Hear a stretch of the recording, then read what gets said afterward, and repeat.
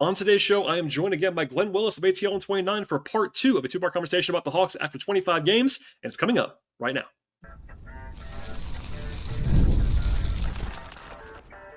You are Locked On Hawks, your daily Atlanta Hawks podcast, part of the Locked On Podcast Network.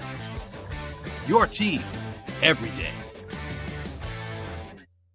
Hello, friends. Welcome to episode 2121 of Locked On Hawks podcast. I am your host, Rowland, coming to you on a Monday evening into Tuesday. And today's podcast is brought to you by the folks at Game Time. Download the Game Time app, create an account, and use code LOCKEDONNBA for $20 off your first purchase. Terms apply. And today, I'll be joined once again by my good friend Glen Willis of ATL in 29. So this is actually going to be part 2 of a two-part conversation. So if you missed part 1, I recommend strongly that you begin with part 1 of the chat to get the whole frame from beginning to end. It's about an hour in full length. Part 1 available in the same podcast feed right now. So begin there, and then when you're done, dive right back in now to myself and Glenn talking about the Hawks after 25 games.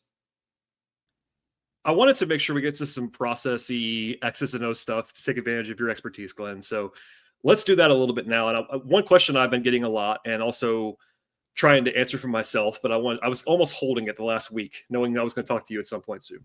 And it's a topic that's interesting and complex and hard to talk about necessarily on the podcast without visual elements. But I'm going to ask you about Dyson Daniels being defended by centers, which has been happening a lot. That's been noticed. It's not a secret anymore. Teams are doing this against the Hawks. Yeah. And it makes sense. If you're the other team, it does make sense. We already talked about the 5-out spacing. Having a center be able to guard not necessarily a non-shooter, but less of a shooter is an easier thing. This is not a new thing in the NBA. It happens to guards who have shooting problems. But Dyson's now getting that full treatment a lot. And his shooting has gone the wrong way this season so far. That's a lot. There's a lot going on with this, but I want to know what after seeing this now for a couple weeks now at the bare minimum, what have you thought about the way that they have approached it so far? And what could they maybe do differently, if there's anything that you think they should do differently, other than just have Dyson shoot the ball more and better? Yeah. So I think he's like 9 for 41 or something like that on the season from 3. I think I looked it up today. The volume is way down. Yes. Yeah, that's not good enough. I mean, we could start there by a Captain Obvious kind of statement there. Last year, like 4 months, he shot like 38% or better. So he showed a lot more progress last year. We all know things we don't know. Like he had the thumb taped up for the first 2 weeks of the season. Mm-hmm. Is he still dealing with a ligament? Damn it! What's going on there? We don't know. We can't know. They won't tell us. Right. But he looks like a person who, I don't know, is not comfortable shooting the basketball. Is it the hand? It'd be reckless to speculate, but the thumb was wrapped up a lot early in the season. So is that a thing that's going on there? The other aspect for me is, it's just like I said with Jalen, as Jalen's working through seeing defenses throw complex scheme at him for the first time. This is not on Dyson to figure out by himself. It's not his responsibility to figure this out by himself, right? And I made a comment on Twitter today, people who think Dyson is a liability, I think that's hilarious, right? Now if someone wants to say, Glenn, the 3-point shooting is a problem, yeah, it is. Agreed. The free throw shooting is a problem. Yes, it is, right? So I want to validate those two perspectives, and Dyson would tell you. And Dyson does talk about it openly. When you ask him about, got to be more confident, got to take those shots or whatever. Again, don't know what's going on with his hand, can't know that whatever. But for me, I feel like people are overly fixating on the 3-point shooting, right? Again, I don't want to sit here and act like it's not an issue. It's an issue. And it does allow the other team to use a center to defend him when he's not confident in taking those shots. That creates a completely different challenge for the Hawks offensively when they're doing that. But what I feel like is being underappreciated is his ability to penetrate with the basketball, create passing lanes. I looked it up today. Last year he shot 67% at the rim. This year he's shooting 67% at the rim. Right? For guard, we could talk about for a guard who's 6'8", should it be a little higher? Right? Because he does have that length. He has that floater. Et cetera, et cetera. And there are times where he has an ugly, a little Clint Capella flashback, kind of, missing a little bunny kind of thing, right? And when Hawks fans get frustrated, I don't want to tell them that they shouldn't be frustrated at him missing a point blank layup. Okay, yeah, I get the frustration when you see that happen. So, but I feel like his game is really getting penetration, and he's really learned how. Last year he would get penetration and freeze and not really know what to do. This year is different. He'll get penetration, and he has the patience to sit in the middle of the paint and wait until a defender commits to him, cutter, kick to the 3-point line, whatever those things are. And so I think, there's a spectrum of 3-point shooting bad, free throw shooting bad, Missing point blank layups, bad. And I don't want to talk Hawks fans out of looking at those things and not being like, come on, Dyson, you got to make that layup or whatever. I'm not going to take that talking point away. But what I feel like people miss is the penetration, the patience with the basketball, the more high-level reads he's making with the ball in his hands this year to kind of create cuts and passes to the three-point line, etc. He's done very well in those areas, and that's before we even get to the offensive rebounding, which has been a real uplift for the team. And so he's a guy who just high effort all the time, but he'll stand up and talk to the media about, I got to take these shots. I got to be more confident taking my three-point shot. I have to do this. I have to do this. I have to do this. And there's, again, another quality of self-accountability that I think I admire and appreciate a player who just talks about, I've got to be better here. I got to be better here. I got to be better here. So, I mean, it is different than last year. It's wildly different than last year. And I think it would be unfair to tell Hawks fans who are frustrated with certain parts of this game that are not at the same level it was last year that they shouldn't be frustrated. But I feel like he's producing value in other areas that maybe fans are not, observers fans are not realizing how much value comes from that when he has a 12 assist game, right? Because of his ability to get penetration and be patient and kick the ball out. So it's a pretty wide spectrum. Like, there's some really bad stuff on this side. There's some really good stuff on this side. And you hope that the stuff on the bad side of the spectrum kind of starts to kind of move middle, at least as the season goes on, because it needs to. But I feel like, people are, for me, other people can think whatever they want. For me, I think people are overly fixating on certain things that aren't going well, and they aren't, and not really realizing the value he's creating in other areas. Yeah, I try not to hand wave the shooting because it does matter. And I got into an offline discussion after something I said on the show the other day about how I was actually happy with the volume one day. I think he didn't shoot well. It was the last game or the game before that. But he took 15 shots in the game. And somebody was like, what do you mean? He shot whatever it was, 5-15, something like that. And I'm like, I understand. You don't want that in a vacuum. You want him to be more efficient than that. But I want him to be more aggressive with his shot than he has been. Because that's a good indicator in general that you're a little bit more confident, even if it's not falling. But you're right. It is a spectrum. It's funny. I looked actually yesterday, he was 17th in the NBA in assists this year. Like, that's a real number. Like, that's not something you can fake as six a game. There's a lot of value there. A lot of value. Yeah. And he's leading the team in offensive rebounds. More than Jalen, more than O. Like, that's actually crazy for a guard. Yep. So he has made up some of that stuff. I have one more follow-up question about that I wanted to ask you. I think he's done a good job to be proactive in doing some of the things that you do when teams are playing off of you, which means like dribbling yourself into a handoff, setting a screen, creating space for another player, for example. And I think he is aware. I value self-awareness. He's aware of his limitations right now and is doing things to offset them. I like that. On the other side, you don't want to over-index on that either, because eventually you're going to have to take those shots. Our mutual friend Kevin, your co-host, I sit with all the time at home games, and he made a great point to me that I don't think he might be sharing. That basically, you almost want to see Dyson just like go take a normal floater more often. Like, just go take a floater, and not like a two fake spin move. Like, just go run in and take like a Trae Young 5-foot floater, and just like with intent. And I'm not saying he's gonna make every single one of those, but like he's getting caught a lot, like in the in-between moments, it feels like right now, where he doesn't really know where to go. And I think if he had a little bit more of like a straight line, maybe not go-to move like that, but something that's more of a less of a counter and more of a primary thing. I don't know. Does that make any sense at all? No, it does. And I mean, the whole league saw him like really prefer the spin move last year, like over and over and over. And he's doing it this year too. And he's actually, in the last couple of games, he's slowed down a little bit. I think maybe somebody was like, Dyson, you can't spin every play. Exactly. Yeah. And teams know how to get him from behind on that. Teams know how to kind of, once he gets on the left side of the lane, keep him from spinning back middle and steal him, so he has to learn how to deal with all that. But for me, yeah, it's he has the length to get the ball up on the backboard. And especially when, say, Porzingis or Onyeka has the other center kind of out on the floor, in games where the other team's not cross matching the center onto him, like get to the rim. Like, if you miss it, someone's going to follow it up, whatever it might be, and those things. So the aggressiveness, he from that standpoint, as a driver, he needs to keep the aggressiveness up and trust himself, in my view. And I do want him to be more aggressive in that sense. And again, 67% the rim's a good number. He's 6'8", so you might say he could do better, and maybe he can. And there's probably, I don't know one or two kind of ugly misses a game that just, make Hawks fans want to kind of just, throw their TV remote across the room or whatever, and stuff. And that he can clean that. He needs to clean that stuff up as well. But I think the passing is really undervalued. I think the advanced ability to kind of read the floor from the middle when he gets to the paint and be patient with that read and kind of create a cut or whatever it might be, I think that's undervalued. But if he's going to be a, this level 3-point shooter in the whole season, like the whole other teams are going to engineer their defense to that deficiency, and it's going to create challenges for Jalen getting to the rim, for Nikhil getting to the rim, etc. And that's something that, again, in my mind, I don't expect Dyson to figure that out by himself. Again, I don't have no idea how his hand feels or doesn't feel. I don't want to speculate on that. But that's where the coaching staff really has to kind of be part of the problem-solving process along with him to kind of figure out, okay, when this is happening, how are we kind of create some relief and some space for others to be able to kind of to do the things that they're best at. So again, for anyone who thinks Dyson should solve that by himself, that's not how it works at all.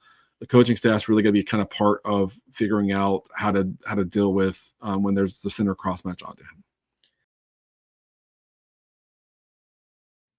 There's no reason to let your big wireless drain your wallet, especially during the holidays. And right now, Mint Mobile is running their best deal of the year. All their limited plans are 50% off. That means you can lock in 3, 6, or even 12 months on unlimited premium wireless for just $15 a month. It's the easiest way to take your overpriced phone bill and give it the full Scrooge treatment. What makes this even better is how simple Mint Mobile actually is to making the switch. No contracts, no nonsense, just real savings and real quality service.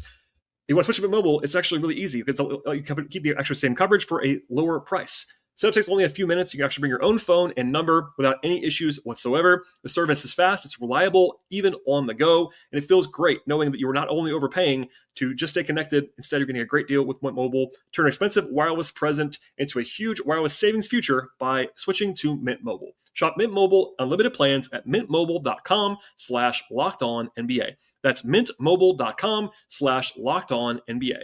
Limited time offer payment of $45 3 months, $90 for 6 months, and $190 for 12 months. Plan required, $15 a month equivalent. Taxes and fees initial plan term only. Greater than 35 gigabytes may slow when network is busy. Capable device required. Availability, speed, and coverage varies. See mintmobile.com. Some firms do it all: divorce, criminal, real estate, and sometimes they actually might even do injury cases. That could cost you. Without the right focus, you may never actually get the attention that you deserve. At John Foy Associates, they focus 100% on personal injury law. Car accidents, truck crashes, serious injuries, that is it. When you call them, you're not getting a lawyer that's juggling different kinds of cases. Instead, you're getting a team that's built to win for you. They treat every single client with dignity, compassion, and respect, and they're available 24/7 to take your call. The best part is you pay absolutely nothing until John Foy wins your case with no upfront costs. If I get into a wreck, I know exactly who to call, and that is the strong arm. John Foy Associates helps help thousands of different clients get justice and real money in their pockets. If you've been injured in a car accident or by a negligent driver, do not let the insurance company rip you off. Instead, get the justice and money that you deserve by calling John Foy Associates today at 404-400-4000. That's 404-400-4000, or by visiting johnfoy.com to get started. They don't just settle, they win. Get the strong arm. Call attorney John Foy Associates today.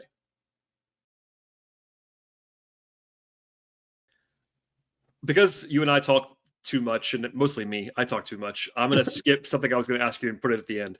I want to ask you about defense to make sure we don't not talk about that, because I would say predictably, but also they've done it. They've been better defensively this year than they've been at any point in the last 5 years, 6 years, 7 years. Yep. They're top 10 in the league in defense. There have been some bad nights along the way. Like, I can think of a few recently that were not so good. The first Wizards game was really bad. The Denver game had some moments that were not so good. Second half against Denver was pretty rough. But on the whole, like, this is what we've been screaming about. People have been praying for years now. Can they build a top 10 defense? The answer so far has been yes, they can. And yes, Trae not being there probably helps on defense. But I have two questions for you. How are they doing this? Which is also like, is it kind of the way you thought it was going to go? And then, can they keep doing this when Mr. Young returns? Because those are kind of related questions, but that is the next, as we kind of look a little bit forward now, because Trae's going to come back. So we don't know, at some point relatively soon, I think Trae will be back. I don't know when, but the spin it forward aspect of this is like, all right, they've done it now for 6 weeks. Yeah. How? And then can they keep doing it? Yeah. So for me, I mean, a lot of it starts with raising your level of intensity, right? And raising your level of execution, raising your level of connectivity and communication. Like that's, I think sometimes people don't realize like the value and the criticality of all of those characteristics of your defense. Are you communicating? Are you connected? Are you calling out screens? Are you proactive? You know, all those sorts of things. And they're deploying lineups that are quite capable defensively, right? And across the whole game. Now there are some lineups that they're punting some offensive capability to do that, and we'll get into that maybe. But for me, it really is about intensity, defensive intensity, and intentionality to be able to kind of stay connected. Now the question around when Trae comes back. Now when Trae comes back, what you're hoping for is that you're putting the ball in the basket more consistently, giving you a chance to set your defense. And that doesn't mean that it alleviates all the challenges that come with Trae being part of your defensive unit on the floor. But when you can set your defense, you're giving yourself a 20-25% better baseline as a starting point on that defensive possession. And you can kind of get Trae where you want him, keep Trae out of trouble, whatever it might be, and those things. So, I think we have to expect there to be, okay, when Trae comes back, offense goes up a little, defense goes down a little. There's some equilibrium that maybe has to kind of be found there. But if you're, Trae's creating easy buckets for teammates in the half court, in transition, et cetera, then you get a chance to set your defense and to put Trae in the right spot in those things. So I don't expect that there'll be a top 7-8 defense when Trae's playing 35 minutes tonight. I think it'd be a little bit, unusual to kind of expect that. But at the same time, if you're, making enough shots on offense, you can set your defense and set yourself up to have more success than if you're not. Yeah, I generally agree with that. On the whole, if you look at the kind of the four factors, the shooting, rebounding, turnovers, free throws, etc. The only area where they're like really notably better this year than they were in previous years is opponent shooting. And some of that's variance, but some of that's just like they're contesting better. They got more size on the court than they have in the previous years. All that stuff matters. But they were already creating, last year they were a top 5 team in creating turnovers. Like having Dyson alone kind of does that for you in some ways. They're fouling a little bit less this year. They're actually worse on the defensive glass than they've been in a long time this year, and still are doing a top 10 job on overall defense. I've asked Quinn, I think he's probably sick of me asking about rebounding. I've asked him about it at least 3 times. And he's given me good answers, honestly, about what it takes.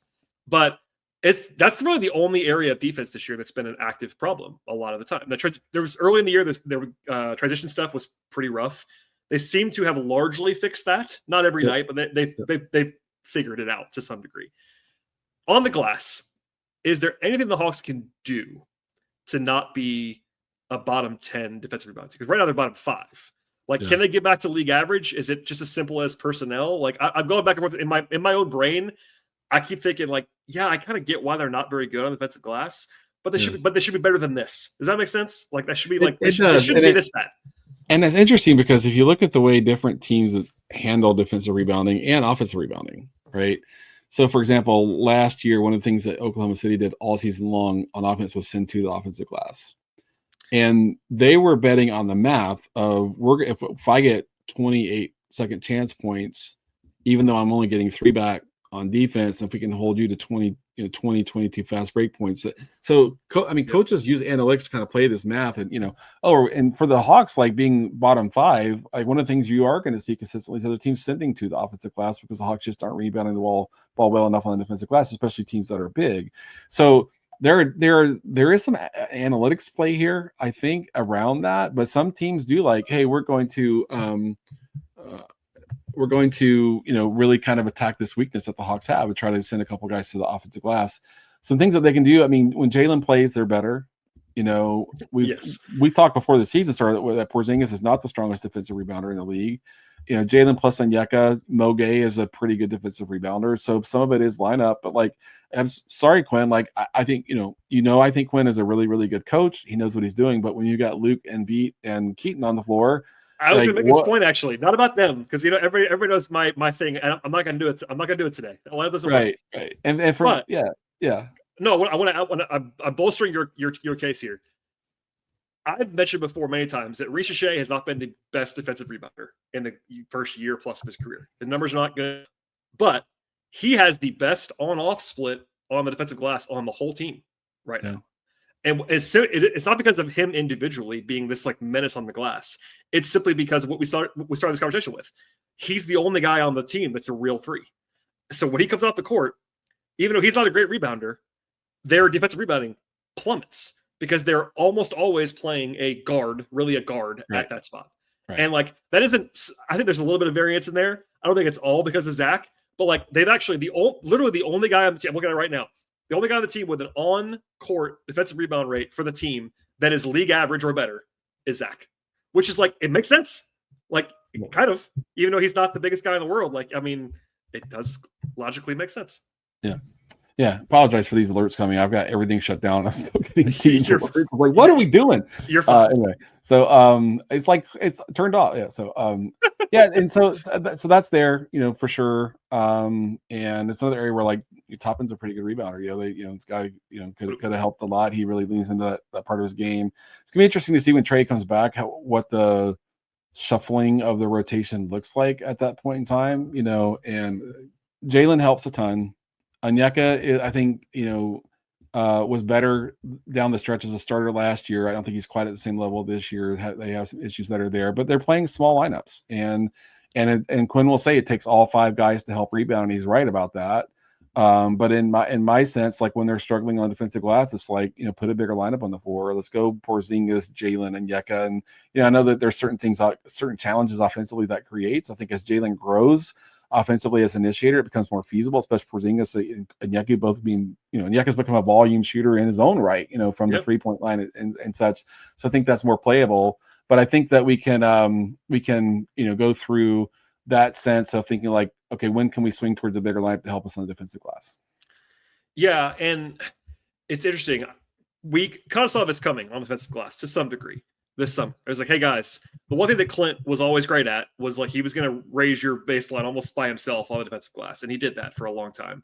And going to Porzingis in Clint's place effectively was going to bring the level down.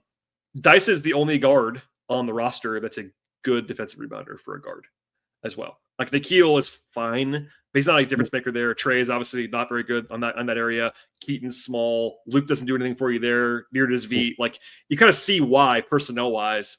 And then at the same time, and Quinn made this point too, and I'm sure it sounded like he was making an excuse, but it's not the case. The entire league offensive rebound rate is way up this year.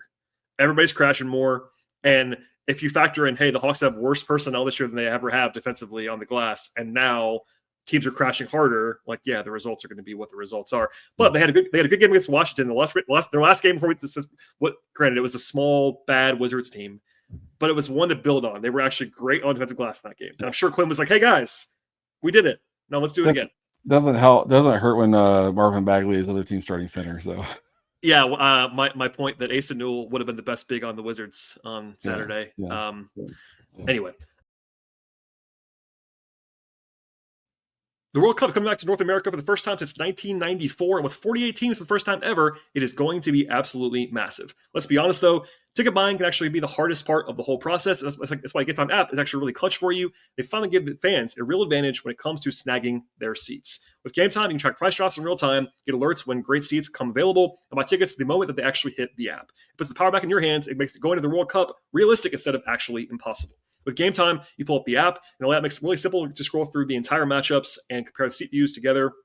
Pick a game, tap a section, have your tickets locked in within minutes, with no confusion and no hunting through the fine print.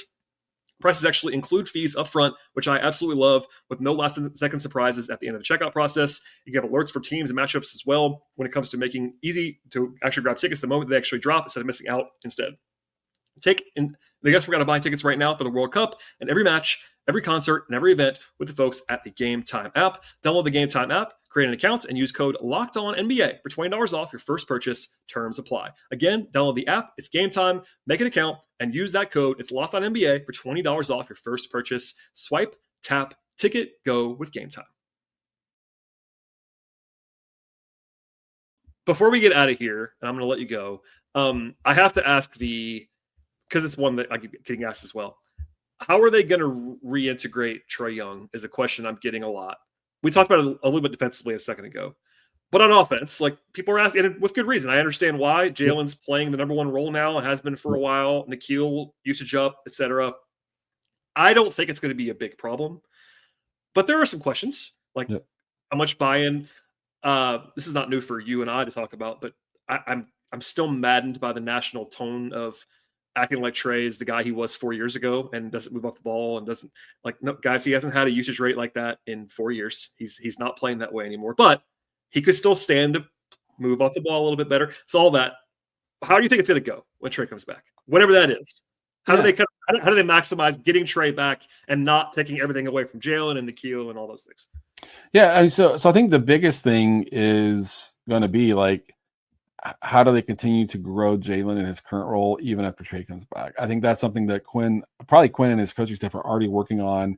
What is the distribution? What are the sets we want to run to kind of give Jalen in his ideal spots on the floor?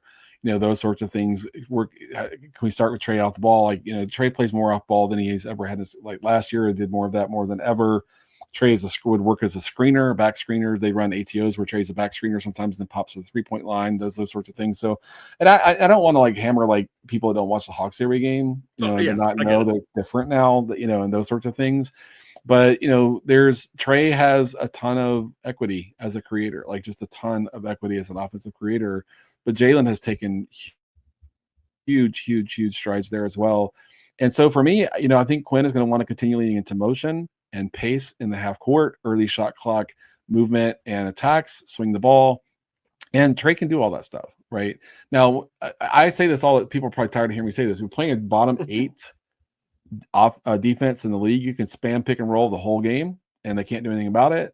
But is that the muscle memory you want your team to have, like in a game where how do you take that into a game where you're playing a top 8 defense and you can't spam pick and roll the whole game?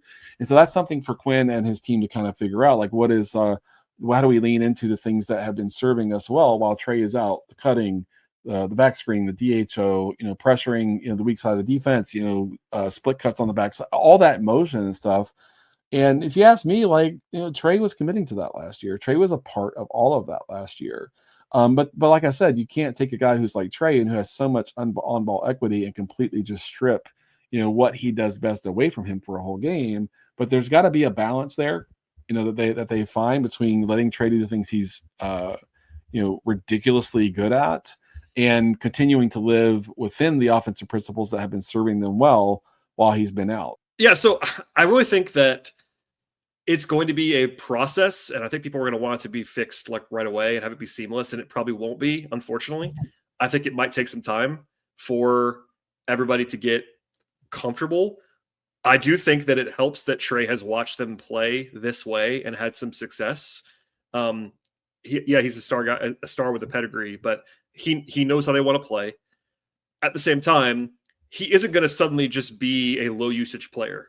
Like, I think that's something that I think, not that everyone really believes that, but even Quinn has gone out of his way to say, like, the guy that we wanted to have the ball, like, run a pick and roll a lot is the guy we don't have right now. And it's number 11, basically.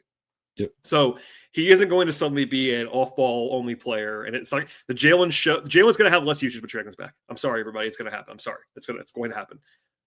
But he should still have a lot of usage. Like that, you can see he can still have a lot of usage.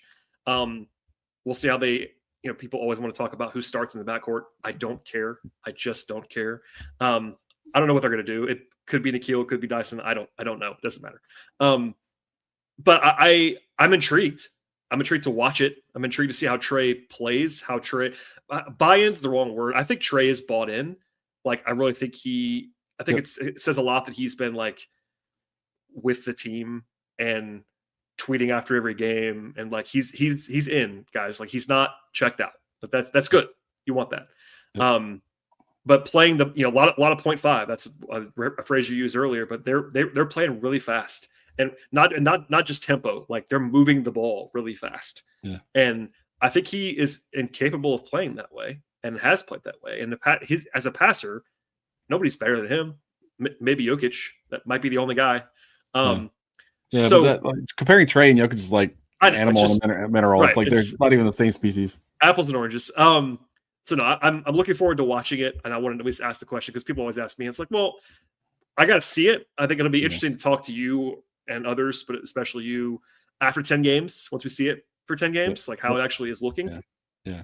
But for me, If you think Trae's not really excited about what he's seeing in Jalen and wanting to Oh, support he that, is. He yeah, is. I promise you, he is. yeah. So Like, that's there. And when Trae's off, Jalen should be on every minute Trae's off. Like absolutely should be on every minute Trae's off. yeah, I wonder if they're going to stagger them because, like, for whatever reason this year, Quinn is like anti-stagger. Yeah. Like, that's actually what kind of leads to the infamous trio playing together, is that he just won't stagger Dyson and Nikhil for whatever reason. I don't Yeah. understand it. Yeah. But Jalen and Trae, I agree, it's like a very natural stagger now. Now that we've seen Jalen operate this way, like, why would you not just let him? I feel like I said like every ATL 29. If you're gonna put those three on, put them on with Jalen and Yeka. Like put them on with Jalen and Yeka, and that takes a ton of pressure off of the underserved ball handling and stuff like that. So, or at least with Chris Stapps. Actually, I kind of like that. Yeah. I still wouldn't do it, but they had that half when they played with Chris Stapps. I think it was Friday night, and it was like, okay, well, the theory of that makes more sense to me. What matters to me the whole time is the theory of it doesn't make sense. With Porzingis, it's like, hey, this guy has been a number one option many times in his career, and they ran the whole plane through him for like 6 minutes in that game. And that, now defensively, can you get stopped with those four guys on the court together? Maybe not. But offensively, at least there's a plan. Like, hey, throw the ball to the 7-3 guy and have him. And again, you put the ball through the hoop, you set your defense. And correct. I mean, the other aspect there is, in that sense, is that we talk about how much noise there is, but Kristaps has the best individual offensive net rating on the team, right? Yeah. Now he misses a lot of games, so what do you make of it? But no, for me, they are going to score with him on the court. I've never not thought that. Yeah, for sure. But the thing for me is, like, just to hit on a couple of schematic things that are still causing the Hawks offense issues. I'll hit them real quick. One is 1-5 switching. They cannot figure that out. They cannot figure out how to beat 1-5 switching. Now, maybe when Trae comes back, that gets easier to do because he's just so dynamic with the basketball in his hands, can read mismatches, etc. And then when the other team sinks 5 bodies to the paint, Jalen can't get to the rim, Nikhil can't get to the rim, etc. Dyson they can't get to the rim. That's and so the Hawks, when Trae gets back, I guess you can put like shooting on the floor, Veet plus Luke plus whatever, try to shoot them out of that 5 bodies sinking to the paint. But every single time this year, the opponent has gone to 1-5 switching. The Hawks have not been able to figure out ever, and that is something they have to figure out.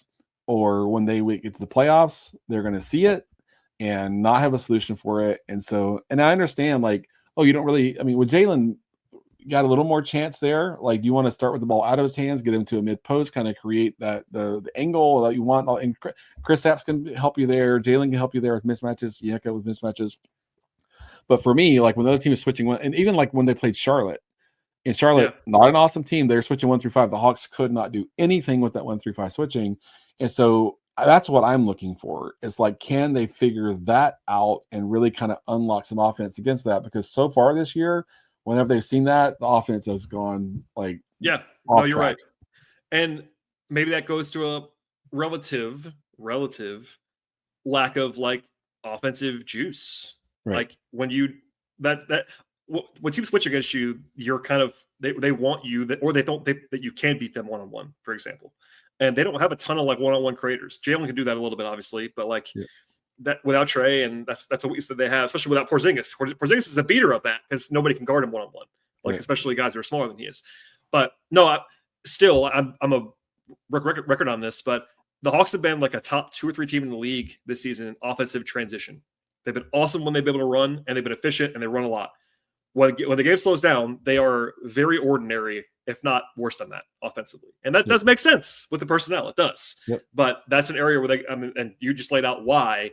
But it's a question they have to answer. Trae should help with that. There have been some times where it's like they're a number 11 away from some more functional offensive units, I would say. But he also isn't a fix for everything. I'm not going to, you're not saying that either. I know that. I'm just saying I sometimes get accused of saying that Trae's better than he is. It's fine. Trae's not a perfect player, and he's not going to fix everything by himself on offense. He will help them, and we'll see how this goes. But this is still a team that is reliant, and I do mean reliant on running offensively. That is, but also it's a feedback to use the feedback loop term earlier. That means you have to get turnovers on defense. And it's not a coincidence when you see it, and I try to put it out on my show after games, when the Hawks don't create turnovers, they have a lot of trouble offensively. It's actually very logical when you think about it, but it's not. They're not siloed off. Offense and defense are not separate. They kind of are, but they're not. They are. They do crossover. All right, Glenn, I'm gonna get you out of here. You've talked to me for far too long. Number one, thank you for being here as always. Number two, where can folks find all of your musings on the Hawks, including the other podcasts that you appear on more regularly than this one? Yeah. ATL and 29 is there. So that's, we're going in 12 minutes. So I'm sorry, Kevin. Oh, all good. So we'll see if I can find something different to talk about than what I talked about here. But Kevin, you're in charge. So the quality of our product is a result of how much prep Kevin did with good questions. So no pressure. Kevin. The Patreon is there. A little hiatus there. Day job craziness, and I think people knew I had a medical thing a couple weeks ago. So getting back in the swing of kind of getting video analysis out there. And such, but yeah, I mean, again, look across the whole spectrum of podcasts covering the Hawks. And my favorite thing is just go find all the people who are grinding it and putting out great work and things like that. And so I love the community that we have, and I love how hard people work to kind of try to put out observations and thought and all those sorts of things. I love how people are learning and growing all the time. So it just makes me kind of proud of what the collective set of content creation that exists here. I think it's as good as any in the league, and I know when I'm on site, I'm able to see media folks, all my good friends Jamila and Caleb, and on and on and on and on, and Wes, and on and on, Edwin, and Edwin's just great to see. So yeah, just what I want to see in the community is let's support everybody, and let's help everybody find success, and that's what I'm really passionate about. Absolutely. I was listening into the post game on Saturday in DC, and I believe Edwin was the only media member there. Shouts to Edwin, was in DC on Saturday. I was just like, that's Edwin Powell. Anyway, thank you for being here, Glenn. I appreciate you, my friend. Appreciate you having me. If you're late to ATL and 29, you can tell Tyler that it's my fault. I don't care about Kevin. You can tell Tyler it's my fault. As for everybody else, please. A week ago, it was Tyler texting us and being like, "I'm running along with Brad." Like, oh, come on, Tyler, you're killing this, So it's the funny thing. He didn't tell me he was recording. I would have got him out. He didn't tell me he was recording with you guys until. Yeah, I know. He's like, we hung up. We hung up, and he was like, "By the way, I have ATL and 29 right now." I was like, "Go!" I didn't know. He didn't tell me. Anyway, he's a passionate dude, and I don't know if I've ever said this on this, but whatever it was, a year and a half ago, I told us Kevin, we got to get Tyler back.